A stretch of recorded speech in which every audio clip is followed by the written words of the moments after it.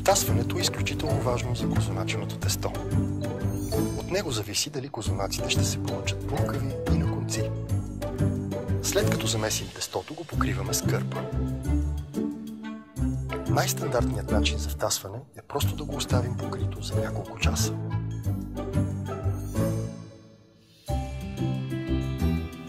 Друг начин е да покрием тестото с фолио и да го оставим в хладилника за цяла нощ. Така тестото ще удвои обема си. Има и трети по-бърз начин на втасване. Загряваме фурната до 30-40 градуса, слагаме тестото вътре и оставяме вредата леко открехната. Така осигуряваме постоянна топла среда, където тестото да втасва. Разточваме 5 фитила от тестото и започваме да ги преплитаме.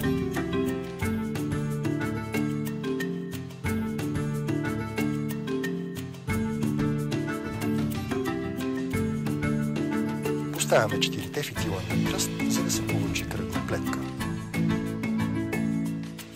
Първо плетем в едната посока, а после обратно.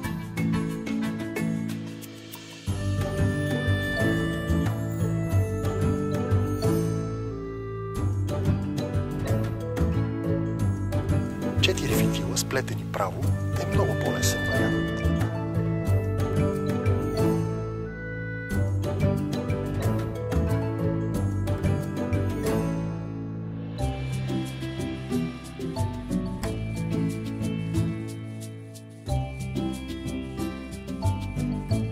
Два по-дебели фитила се поставят на кръст и усукваме.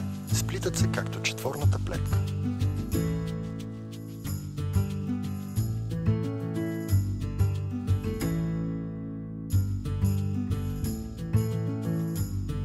Ето ги, готови са великденските ни козунаци по рецептата на баба.